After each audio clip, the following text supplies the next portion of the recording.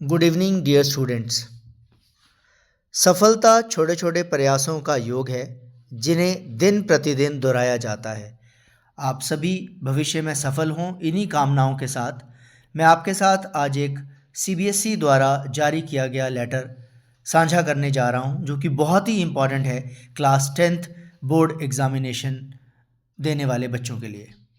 जी, यहाँ पे देख सकते हैं आप 9/12/2025 को सीबीएसई ने एक लेटर जारी कर दिया है प्यारे बच्चों।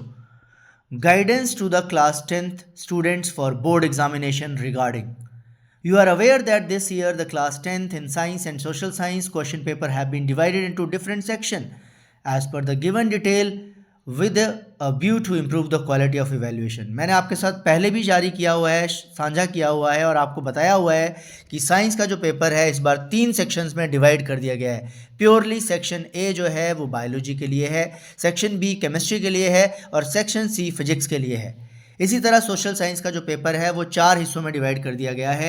जो पहला सेक्शन है वो हिस्ट्री के लिए है, सेक्शन बी ज्योग्राफी के लिए है, सेक्शन सी पॉलिटिकल साइंस और सेक्शन डी इकोनॉमिक्स के लिए है। और इसके लिए सैम्पल पेपर भी सीबीएसई ने जारी किए हुए हैं, आपको उन्हें वो ध्यान से पढ़ना है। लेकिन एक और बहुत ही इंपॉर्टेंट इंस्ट्रक्शन जो सीबीएसई ने कहा है कि हर बच्चे को देनी है आपने, और वो इंस्ट्रक्शन क्या है मैं आपके सामने लाइन टू लाइन यहाँ पे बताने जा रहा हूँ। That student will divide the answer book in 3 section in science and in 4 section in social science for writing the answer. यानी जो भी आपको आंसर बुकलेट मिलेगी वो कितने पेज की होगी उसको आपने 3 पार्ट में डिवाइड कर लेना है अपने पेपर के क्वेश्चंस के हिसाब से।